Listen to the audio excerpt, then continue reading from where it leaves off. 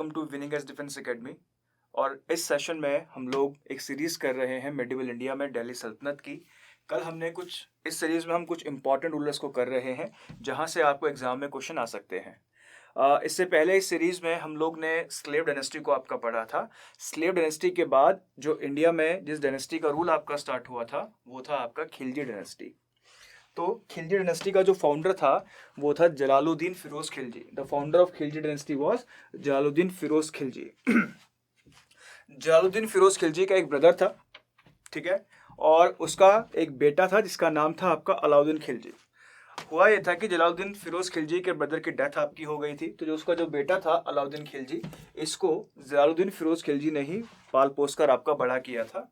और हम ये देखते हैं कि अलाउद्दीन खिलजी को वेस्ट में आपका भेजा था दिल्ली सल्तनत की किंगडम को स्प्रेड करने के लिए। और जब अलाउद्दीन खिलजी आपका वेस्ट में आपका गया तो वारंगल के जो या देवगिरी के जो आपके शासक थे प्रताप रुद्र, उनसे उनको कोहिनूर डायमंड आपका मिला था। ये कहा जाता है कि जब आपके अलाउद्दीन खिलजी वेस्ट में आपका इन्वेजन कर रहे थे, वेस्ट में आपके इन्वेड आपका कर रहे थे, तो उसके इस एक्सपेडिशन को लीड कर रहा था मलिक काफूर। मलिक काफूर जो था ये एक ट्रांसजेंडर था जिसको अलाउद्दीन खिलजी के द्वारा आपका खरीदा गया था। एक और चीज आप समझें कि अलाउद्दीन खिलजी ने जब वेस्ट पे आपका अटैक किया तो अलाउद्दीन खिलजी को बहुत सारा क्या मिला आपका, वहां से पैसे वगैरह आपके मिले, बहुत सारा लूट का माल, बहुत ज्यादा वॉर बाउंटी उसको वहां से मिली। और जब वॉर बाउंटी लेकर वो वापस आपका कहाँ पहुंचा, दिल्ली सल्तनत में पहुंचा, तो उसने राजा को बताया नहीं, उसने अपने चाचा यानी कि जलालुद्दीन फिरोज खिलजी को बताया नहीं कि उसको एक्चुअल में कितना पैसा मिला है। जब इतना ज्यादा रिचनेस उसके पास आई तो उसको ऐसा लगा कि now he should become the sultan of the Delhi सल्तनत, अब उसको दिल्ली सल्तनत का सल्टन आपका बन जाना चाहिए। इसकी वजह से क्या किया, उसने अपने चाचा की हत्या कर दी। ठीक है, जलालुद्दीन फिरोज खिलजी उसका चाचा था, उसकी हत्या कर दी गई किसके द्वारा, अलाउद्दीन खिलजी के द्वारा। ध्यान रखें कि अलाउद्दीन खिलजी के जो स्टार्टिंग में अलाउद्दीन खिलजी जो था, इसके अंदर जो था नेचुरल आपका लीडरशिप क्वालिटीज थी और नेचुरली ये टीम को आपका लीड करने में बहुत ज्यादा एलिजिबल इसको जलालुद्दीन फिरोज खिलजी माना करता था। ये इतना ज्यादा इंप्रेस था अलाउद्दीन खिलजी से, कौन, जलालुद्दीन फिरोज खिलजी, अलाउद्दीन खिलजी से इतना ज्यादा इंप्रेस था कि उसने अपनी बेटी की शादी भी अलाउद्दीन खिलजी से आपकी करवाई थी। तो आप समझ सकते हैं कि Jalaluddin Firoz Khilji who was the founder of Khilji dynasty, वो अलाउद्दीन खिलजी को कितना ज्यादा हाई रिगार्ड आपका करता था। ये उसका एक चित्र है जो 1295 में आपका बनाया गया था। ये आपके सामने अलाउद्दीन खिलजी है। एक चीज और समझें कि जब खिलजी डायनेस्टीज का एस्टेब्लिशमेंट, जब खिलजी डायनेस्टी आपकी फाउंड हुई थी, उस समय हम देखते हैं कि मंगोल इन्वेजन बहुत ज्यादा आपके हुए इंडिया में। जलालुद्दीन फिरोज खिलजी के टाइम पर भी हलाकू नामक एक मंगोल था, एक मंगोल उसका नाम था हलाकू। तो ये मंगोल जो था इसने इन्वेड किया था दिल्ली को और अपने साथ ये 4000 सैनिक, 4000 सोल्जर्स को आपका लेकर आया था। Now Hulagu was defeated by Jalaluddin Firoz Khilji. Jalaluddin Firoz Khilji ने हलाकू को डिफीट किया और हलाकू ने इस्लाम धर्म को आपका अपनाया। यहाँ पर उसने इस्लाम धर्म को एक्सेप्ट किया और जलालुद्दीन फिरोज खिलजी ने इन सारे के सारे मंगोलों को दिल्ली के पास एक जगह में आपका बसाया था। समझ में आया बच्चों? हलाकू एक मंगोल इन्वेडर था जिसने इंडिया को इन्वेड किया था during the time of Jalaluddin Firoz Khilji, और जलालुद्दीन फिरोज खिलजी ने हलाकू को डिफीट किया था।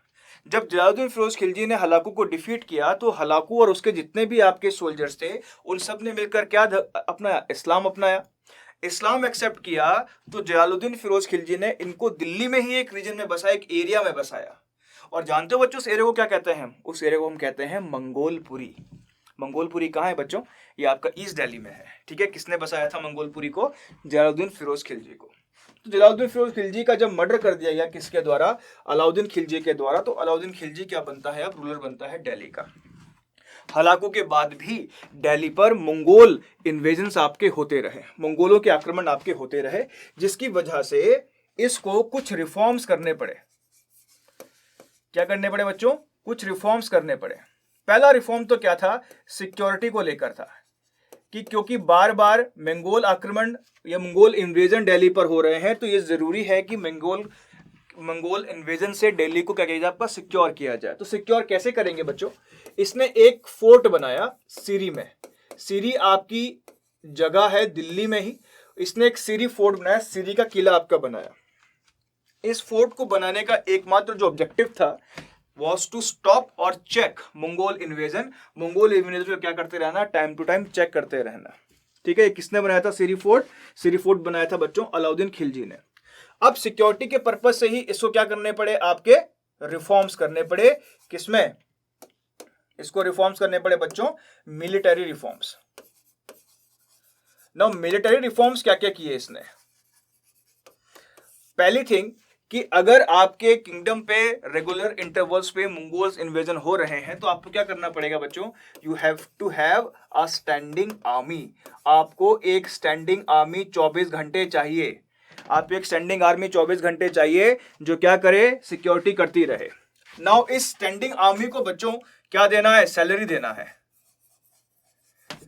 क्या देना पड़ेगा? सैलरी देना पड़ेगा। और सैलरी देने के लिए इसने एक सिस्टम को स्टार्ट किया जिसको कहते हैं, पहले दूसरा सिस्टम समझाता हूं, इसको हम कहते हैं हुलिया।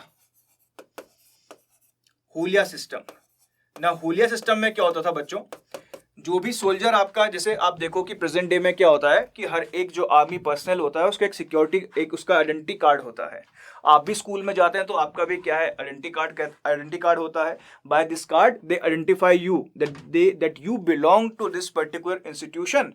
ठीक है, आइडेंटिटी कार्ड से क्या पता चलता है कि आप इस पर्टिकुलर इंस्टीट्यूशन से बिलोंग करते हैं।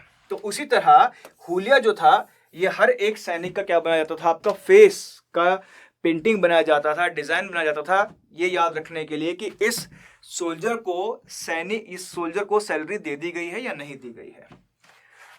अब आर्मी मिलिट्री रिफॉर्म्स के तहत ही इसने एक और सिस्टम स्टार्ट किया था, ये था दाग सिस्टम। दाग सिस्टम, या बच्चों इसको स्टैंप सिस्टम का नाम भी दिया जाता है ना। दाग सिस्टम क्या है बच्चों? देखिए, जो रॉयल आर्मी हुआ करती थी ना बच्चों, पहले वो आम लोगों से मिलकर बना करती थी। या आप ये देखो कि पहले के जो आपके सल्टन्स थे कि सिर्फ इल्तुतमिश ही ऐसा था जिसने एक स्टैंडिंग आर्मी आपकी रखी थी, उसके अलावा कोई भी सल्टन ने स्टैंडिंग आर्मी नहीं रखी। तो जिस समय वॉर होगा उस समय ही सोल्जर्स लड़ाई के लिए जाते थे।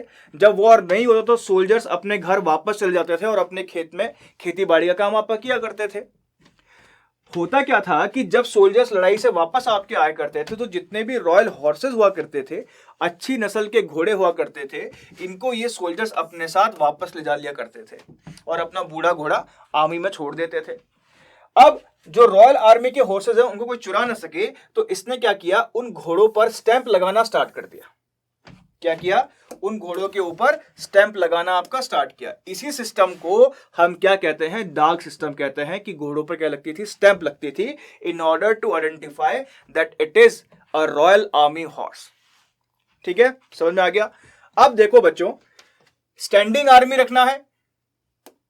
ठीक है, स्टैंडिंग आर्मी रखना है, आर्मी को सैलरी देना है, ठीक है, घोड़ों को मेंटेन करके रखना है। इन सब चीज के लिए क्या चाहिए बच्चों? इन सब चीज के लिए चाहिए रेवेन्यू। क्या चाहिए? पैसा चाहिए। और रेवेन्यू कहां से जनरेट होता है? रेवेन्यू इस टाइम पे जनरेट होता है बच्चों कहां से? लैंड से। ठीक है, इनकम कहां से पैदा होगी बच्चों? लैंड से इनकम पैदा होगी। अब लैंड रेवेन्यू क्या है? फंसा हुआ है। कैसे फंसा हुआ है? आपको याद होगा बच्चों, अर्लियर क्लासेस में we have discussed about a system called iqta system which was introduced by Iltutmish. Iltutmish introduced a system in which in place of salary he used to give lands to military and non-military officers। एक system आपको introduce किया गया था, किसके द्वारा? इल्तुतमिश के द्वारा, जिसमें उसने क्या किया था कि जितने भी मिलिट्री और नॉन मिलिट्री ऑफिसर्स हुआ करते थे उनको वो क्या दिया करता था? लैंड दिया करता था in place of salary. Now जब ये लैंड ज्यादा मात्रा में आपकी बांट दी गई थी तो इक्तेदार बहुत सारे हो गए। ठीक है, इक्तेदार क्या हुए थे? बहुत सारे। इक्तेदार कौन हुआ करता था बच्चों? जिसको सैलरी के बदले में लैंड आपका दिया जाता था। अब इक्तेदार बहुत सारे हो गए तो रेवेन्यू का जो रेशो था वो नीचे हो गया था। Revenue was less occurred. ठीक है, रेवेन्यू बहुत कम ही जनरेट आपका हुआ करता था क्योंकि इक्तेदार का नंबर बहुत ज्यादा हो गया था। जब इक्तेदार का नंबर बहुत ज्यादा हो गया था तो क्या होता है बच्चों कि रेवेन्यू का रेट कम हो जाता है। अब अलाउद्दीन खिलजी को एक स्टैंडिंग आर्मी मेंटेन करने के लिए किसकी जरूरत है? पैसे की जरूरत है। और पैसा कहां से जनरेट हो सकता है? लैंड से जनरेट होता है। तो अलाउद्दीन खिलजी क्या करता है, ये इक्तेदारी सिस्टम को अबॉलिश कर देता है। उससे कहा आज से कोई इक्तेदार नहीं है, सारी के सारी जमीन किसकी है, किंगडम की है, और हर इंसान को इस जमीन का टैक्स किंगडम को देना होगा। इसको बच्चों कहते हैं लैंड रिफॉर्म्स, क्योंकि सीधी सी बात है लैंड रिफॉर्म इंट्रोड्यूस किसके द्वारा किए गए, अलाउद्दीन खिलजी के द्वारा लैंड रिफॉर्म्स इंट्रोड्यूस किए गए। क्यों इंट्रोड्यूस किए गए, in order to earn more money to serve और to pay the salaries of the standing army which he have kept. ठीक है, तो लैंड रिफॉर्म जब किए गए तो इसके बाद एक डिपार्टमेंट बनाया गया बच्चों, इस डिपार्टमेंट का नाम था दीवान ए मुस्तखराज। ठीक है, इक्तदारी जो आपका सिस्टम था उसको अबॉलिश किया गया। सारी के सारी लैंड जो इक्तदार के पास हुआ करती थी, जो उस समय के लैंड होल्डर्स आपकी हुआ करते थे, वो सारी के सारी जमीन आपके अलाउद्दीन खिलजी ने वापस ले ली, उस पर टैक्स लगाया और आपका टैक्स वसूलना स्टार्ट किया। और जो लोग टैक्स नहीं देते थे या जिनका टैक्स छूट जाता था, उस बचे हुए टैक्स को, द रिमेनिंग टैक्स, जो रिमेनिंग टैक्स रहता था उसको कलेक्ट करने के लिए उसने एक डिपार्टमेंट बनाया था बच्चों, जिसको हम कहते थे दीवान ए मुस्तखराज। तो ये जो इसके द्वारा इक्तादारी सिस्टम को या इक्ता सिस्टम को अबॉलिश करना, इसके साथ साथ जो रेवेन्यू है उसको कलेक्ट करने के लिए दीवान ए मुस्तखराज डिपार्टमेंट को बनाना, ये किसमें आपका आता है बच्चों, ये आपका आता है लैंड रिफॉर्म्स में। उसके बाद हम देखते हैं इसके द्वारा जो किए गए मार्केट रिफॉर्म्स। ना मार्केट रिफॉर्म्स बहुत ज्यादा इंपॉर्टेंट है बच्चों, एग्जाम में सबसे ज्यादा अलाउद्दीन खिलजी के जो रिफॉर्म है उसमें से मार्केट रिफॉर्म ही आता है। मार्केट रिफॉर्म क्या है इसको समझते हैं। एक क्वेश्चन एग्जाम में आता है कि who introduced market control policy, market control policy which Sultan of Delhi Sultanate introduced market control policy. Now, what do we understand by market control policy? Is to control the price of the goods and commodities in particular markets. और ऐसा उसने क्यों किया? अब देखो बच्चों, इसने क्या किया? सारे का सारा काम किस लिए हो रहा है बच्चों? क्योंकि इसने मिलिट्री रिफॉर्म्स किए हैं। जो भी इसके द्वारा रिफॉर्म्स आप पे किए जा रहे हैं, किसी भी तरह के रिफॉर्म्स किए जा रहे हैं, वो किस लिए? अपने किंगडम की सिक्योरिटी को एंश्योर करने के लिए। अब आप देखें कि भले जो इसने लैंड रिफॉर्म किया वो किस लिए किया? ताकि ये सोल्जर्स को सैलरी दे सके। अगर इसने दीवाने मुस्तखराज डिपार्टमेंट बनाया तो क्यों बनाया? ताकि रेवेन्यू जनरेट हो सके, इनकम अकड़ हो सके और सैलरी दी जा सके। उसी तरह जो मार्केट रिफॉर्म्स भी इसके द्वारा किए गए, ये मार्केट रिफॉर्म्स भी सीधा सीधा आपके रिलेटेड थे, या अगर इसके द्वारा मार्केट कंट्रोल पॉलिसी आपकी लाई गई तो ये सीधे से सीधे किससे जुड़ी हुई थी? आपके मिलिट्री रिफॉर्म से आपकी जुड़ी हुई थी। आइए जानते हैं कैसे। जब अलाउद्दीन खिलजी ने एक स्टैंडिंग आर्मी आपकी रखी तो it was impossible to pay a hefty amount in term of salaries. Salary में एक बहुत बड़ा अमाउंट देना अलाउद्दीन खिलजी के बस की बात नहीं थी। नाउ अब जो सोल्जर्स हैं वो एक छोटे अमाउंट पर काम नहीं करेंगे। सोल्जर्स को जितनी सैलरी दी जाए उतने में वो खुश कैसे होंगे, या उतने में वो कंटेंट कैसे रहेंगे? कंटेंट रहने का मतलब है कि ठीक है, इट्स ओके, जितना पैसा मुझे मिल रहा है उसमें मेरे सारे के सारे एक्सपेंसेस निकल रहे हैं। इस कंडीशन को कहते हैं कि कंटेंट रहना। Now we are content with the salary what we are receiving. तो ये कंटेंशन कैसे बनेगा सोल्जर्स के अंदर? अब मान लीजिए आप कोई भी जॉब करते हैं, उसमें आपको कुछ सैलरी मिलता है, ठीक है। आप कब तक उस जॉब को करेंगे? जब तक आपको जो जॉब का सैलरी मिल रहा है उसमें आपके सारे के सारे एक्सपेंसेस क्या हो रहे हैं? पूरे हो जा रहे हैं। अगर आपको मिलने वाला सैलरी का अमाउंट कम है और आपके एक्सपेंसेस ज्यादा है तो क्या आप वो जॉब परस्यू करेंगे? नहीं करेंगे, है ना। तो अलाउद्दीन खिलजी ने ये सोचा कि I can not increase the amount of the salary. मैं अगर सैलरी का अमाउंट इंक्रीज नहीं कर सकता हूं तो मैं बाजार में गुड्स एंड कमोडिटीज का जो प्राइस है उसे कंट्रोल कर सकता हूं। तो सीधी सी बात है, मेरा राज्य है, मेरा किंगडम है, मेरे किंगडम के बाजार हैं, जितना मैं क्या दूंगा उतने में बाजार में सामान बिकेगा, राइट। तो उसने क्या किया? सोल्जर्स जितनी सैलरी उसको दी जा रही है उसमें ही खुश रहें, उसमें राजा का विरोध ना करें, आर्मी छोड़कर ना जाएं। तो उसने क्या किया? उसने मार्केट कंट्रोल पॉलिसी लेकर आया। इस मार्केट कंट्रोल पॉलिसी के तहत उसने अपने किंगडम का जो मार्केट था उसको कंट्रोल किया। कैसे कंट्रोल किया? उसने कहा भैया आज से सिर्फ और सिर्फ 4 बाजार रहेंगे। There will be only and only 4 markets and the prices of these markets or the prices of commodities and goods of this market will be controlled by the government which means Alauddin Khilji. ठीक है, तो इसने कहा कि आज से बाद राज्य में क्या रहेंगे, सिर्फ 4 टाइप के बाजार रहेंगे और इन बाजार में जितने भी गुड्स एंड कमोडिटीज हैं उनके प्राइस भी कौन कंट्रोल करेगा, सिर्फ और सिर्फ गवर्नमेंट कंट्रोल करेगी। और ये 4 मार्केट कौन से थे? पहला मार्केट था बच्चों फूड एंड ग्रेन्स मार्केट, ठीक है, जहां से कोई भी अनाज वगैरह आपका खरीद सकता था। दूसरा मार्केट था बच्चों finished goods market. Finished goods market में क्या हो जाएगा बच्चों, कपड़ा वगैरह हो जाएगा, ठीक है, और भी जो चीजें आपकी हो जाएंगी जो फिनिश गुड्स की तरह यूज की जाती हैं, ठीक है, उसे कहते हैं फिनिश गुड मार्केट। उसके बाद था आपका daily needs market. Now daily needs market में क्या था बच्चों, सब्जी हो गया, फ्रूट हो गया, अंडा, ब्रेड, दूध, ये सब का सब क्या हो जाएगा बच्चों, डेली नीड्स मार्केट आपका हो जाएगा। और चौथा मार्केट क्या था आपका, स्लेव मार्केट, जहां से कोई भी इंसान अपने लिए स्लेव खरीद सकता था।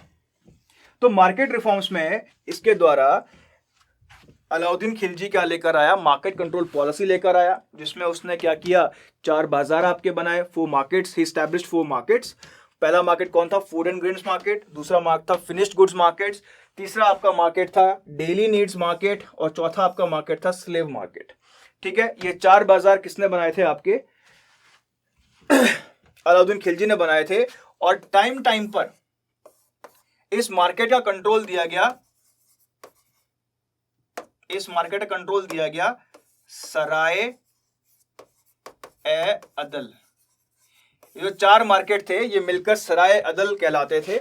और इन मार्केट में जो कंट्रोलर था उसका नाम था शाहना ए मंडी।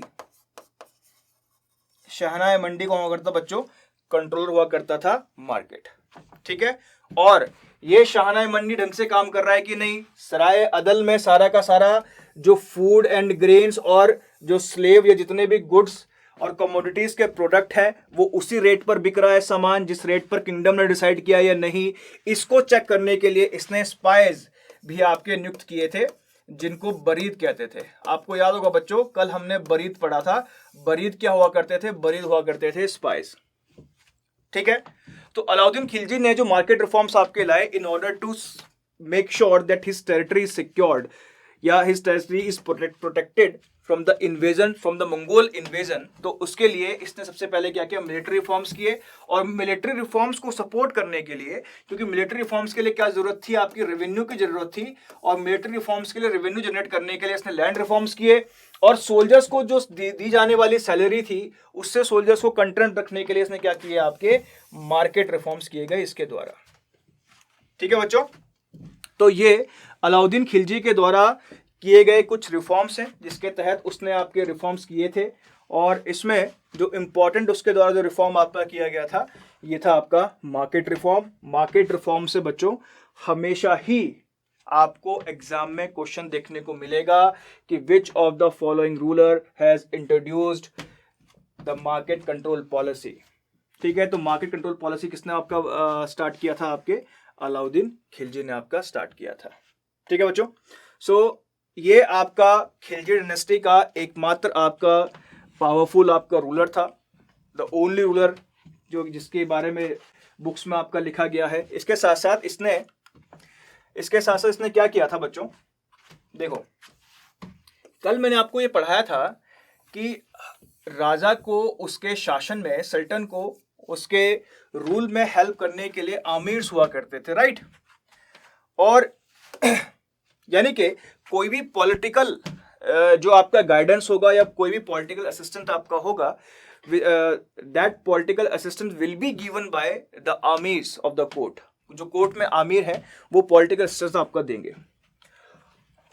अगर सल्टन को रिलीजियस मैटर पे कोई आपका हेल्प चाहिए, रिलीजियस मैटर पर आपका हेल्प चाहिए, whether he want to know that all the action he is taking या all the work he is doing is according to the religion or not, जो भी काम सुल्तान के द्वारा किया जा रहा है क्या वो रिलीजन के अकॉर्डिंगली है या नहीं है, ये बताने के लिए दरबार में एक रिलीजियस गुरुज का एक ग्रुप हुआ करता था।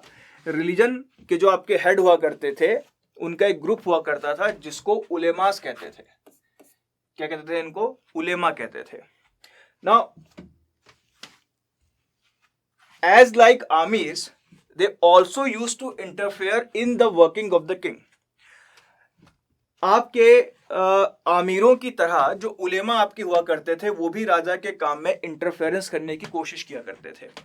अब राजा के ने कोई भी डिसीजन आपका लिया जाएगा राजा के द्वारा तो ये लोग क्या करेंगे? उसमें इंटरफेरेंस करेंगे। क्यों? क्योंकि राजा को किसी न किसी तरीके से ये कन्विंस करेंगे कि जो एक्शन आप ले रहे हो वो रिलीजन के अकॉर्डिंगली नहीं है, जो भी काम आप करने जा रहे हो वो रिलीजन के अकॉर्डिंगली नहीं है।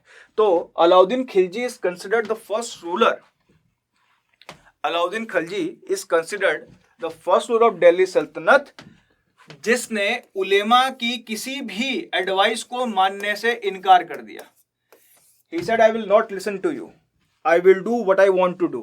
ठीक है, जिसकी वजह से आप इतने सारे रिफॉर्म्स उसके द्वारा किए हुए आपको नजर आते हैं।